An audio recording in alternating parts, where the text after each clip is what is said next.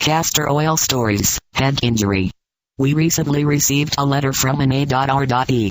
friend of ours whose son, 6 years old, took a nasty spill on his bike.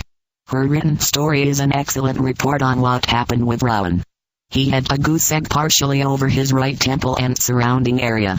I checked his eyes, and they seemed to focus all right. I asked him if he wanted to go to church or stay home.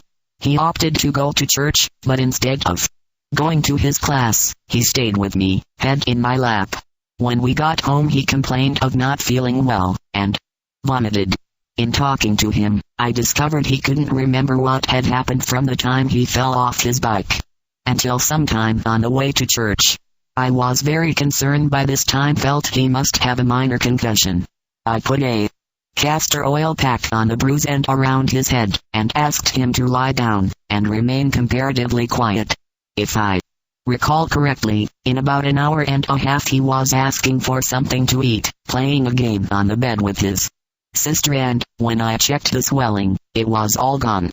I removed the pack, and he got up. That night I put it back on. Until morning. No repercussions that I could see.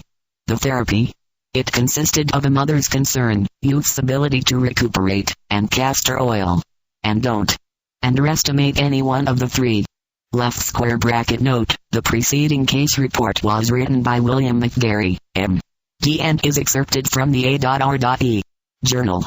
March, 1976, Volume 11, No.